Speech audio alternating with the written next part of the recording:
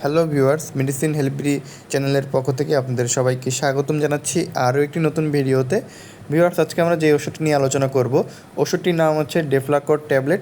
ওষুধটি নিয়ে বিস্তারিত আলোচনা করব, এর ব্যবহার, পার্শ্ব প্রতিক্রিয়া, সতর্কতা, এছাড়া এই ওষুধটি কারা সেবন করতে পারবেন, কারা পারবেন না, এই ওষুধটি গর্ভাবস্থা এবং স্তন্যদানকালে সেবন করা যাবে কিনা এবং এটির বাজার মূল্য সহ বিস্তারিত আলোচনা করা হবে আজকের এই ভিডিওটিতে।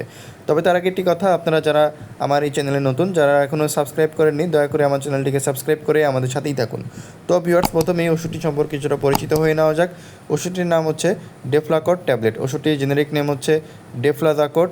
এটি 6 মিলিগ্রাম, 24 মিলিগ্রাম এবং 30 মিলিগ্রাম ট্যাবলেট আকারে বাজারে পাওয়া যায়। ওষুধটি বাজারজাত করেছে স্কোয়ার ফার্মাসিউটিক্যালস লিমিটেড। ভিউয়ার্স, এই ওষুধটি মূলত যে সকল ক্ষেত্রে চিকিৎসকরা নির্দেশনা দিয়ে থাকেন সেটি নিয়ে আলোচনা করব। এটি কর্টিকোস্টেরয়েড বা স্টেরয়েড জাতীয় একটি ওষুধ। এটি শরীরের প্রদাহ এবং অতিরিক্ত রোগ প্রতিরোধী প্রতিক্রিয়া কমানোর জন্য চিকিৎসকরা এটি দিয়ে থাকেন। তো এই স্টেরয়েড জাতীয় ওষুধগুলো সাধারণত যদি অন্যান্য ওষুধে কাজ না হয়, তখন চিকিৎসকরা এই ধরনের স্টেরয়েড জাতীয় ওষুধগুলো দিয়ে থাকেন। তো বিশেষ করে যাদের অ্যালার্জির সমস্যা রয়েছে বা অ্যালার্জির সমস্যা, খুব বেশি অ্যালার্জির সমস্যার জন্য সাধারণ যদি কোনো ওষুধের কাজ না হয়, তখন সাধারণত চিকিৎসকরা অ্যালার্জির সমস্যা কমানোর জন্য এই ওষুধটি দিয়ে থাকেন।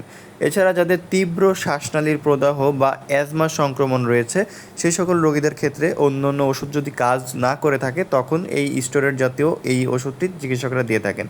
এছাড়া আরেকটি সমস্যার জন্য এটি দেওয়া হয়ে থাকে, সেটা হচ্ছে যে রিউমাটয়েড আর্থ্রাইটিস ও অন্যান্য জয়েন্টের প্রদাহজনিত রোগ। রিউমাটয়েড আর্থ্রাইটিস হলে আমরা জানি যে জয়েন্টে জয়েন্টে গেঁটে বাত হয় বা জয়েন্টে জয়েন্টে প্রদাহ হয়, যেটি একটি অটো ইমিউনি ডিজিজ। তো এই ধরনের সমস্যা হলেও কিন্তু চিকিৎসকরা এই ওষুধটি দিয়ে থাকেন। এছাড়া যেমন লুপাস বা অন্যান্য অটো ইমিউন রোগের ক্ষেত্রেও কিন্তু চিকিৎসকরা এই ধরনের স্টেরয়েড জাতীয় ওষুধগুলো দিয়ে থাকেন।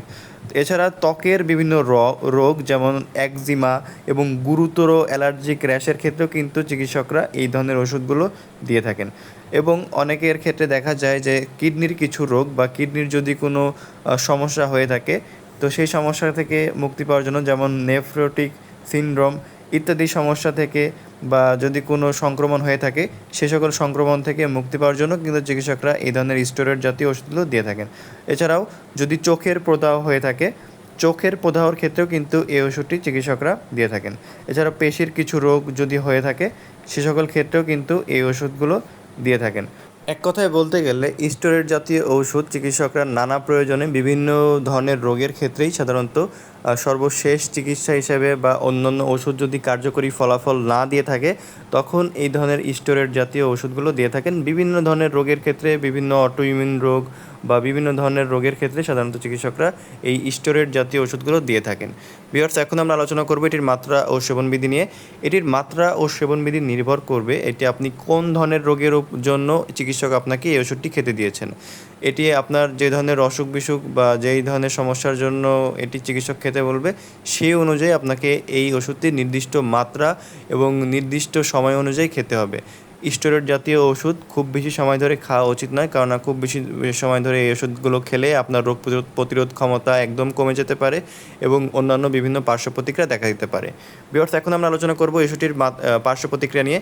এটি খেলে অনেক সময় দেখা দেয় যে ক্ষুধা বেড়ে যাওয়া বা অনেকের ওজন বৃদ্ধি পায় এটি খেলে। এছাড়া অনেকের ক্ষেত্রে দেখা যায় যে রক্তচাপ কিছুটা বেড়ে যেতে পারে, এবং অনেকের দীর্ঘদিন ধরে যদি এই ওষুধগুলো আপনি সেবন করেন, সেক্ষেত্রে আপনার রোগ প্রতিরোধ ক্ষমতা কমে যেতে পারে এবং রক্তে শর্করা বা সুগার বেড়ে যাওয়া ইত্যাদি সমস্যা দেখা দিতে পারে। এছাড়া এই ওষুধটি আরও খেলে কিছু সমস্যা দেখা দিতে পারে, সেটা হচ্ছে যে ত্বক শুকিয়ে যাওয়া বা ব্রণ হওয়া ইত্যাদি সমস্যা সাধারণত দেখা দিতে পারে। ভিউয়ার্স, এখন আমরা আলোচনা করব এই ওষুধটির গর্ভাবস্থা এবং স্তন্যদানকালে সেবন করা যাবে কিনা। এই ওষুধটি গর্ভাবস্থা এবং স্তন্যদানকালে ব্যবহার করতে গেলে অবশ্যই চিকিৎসকের পরামর্শ অনুযায়ী ব্যবহার করতে হবে, বা চিকিৎসক যদি আপনাকে খুব বেশি প্রয়োজন মনে করেন, তখনই কেবল চাইলে গর্ভাবস্থা এবং স্তন্যদানকালে ব্যবহার করতে হবে বা চিকিৎসকের পরামর্শ নিতে হবে। ভিউয়ার্স, কিছু কিছু রোগীদের এই ধরনের ওষুধগুলো সেবনে সতর্কতা অবলম্বন করতে হবে, বিশেষ করে যাদের হার্টের সমস্যা রয়েছে, এছাড়া যাদের পাকস্থলী বা খাদ্যনালীর সমস্যা রয়েছে এবং যাদের লিভারের সমস্যা রয়েছে, সেই সকল রোগীদের ক্ষেত্রে কিছুটা সতর্কতা অবলম্বন করতে হবে এবং চিকিৎসকের পরামর্শ নিয়ে এটি ব্যবহার করতে হবে। সবশেষে আমরা এটির বাজার মূল্য জানিয়ে দিব। এটির 6 মিলিগ্রামের প্রতি ইউনিট বাজার মূল্য হচ্ছে 9 টাকা 50 পয়সা এবং 24 মিলিগ্রামের প্রতি ইউনিট বাজার মূল্য হচ্ছে 30 টাকা এবং 30 মিলিগ্রাম ট্যাবলেটের বাজার মূল্য হচ্ছে 32 টাকা। তো ভিউয়ার্স, এই ছিল এই ওষুধটি সম্পর্কে বিস্তারিত। আশা করি ভিডিওটি আপনাদের কাছে ভালো লেগেছে।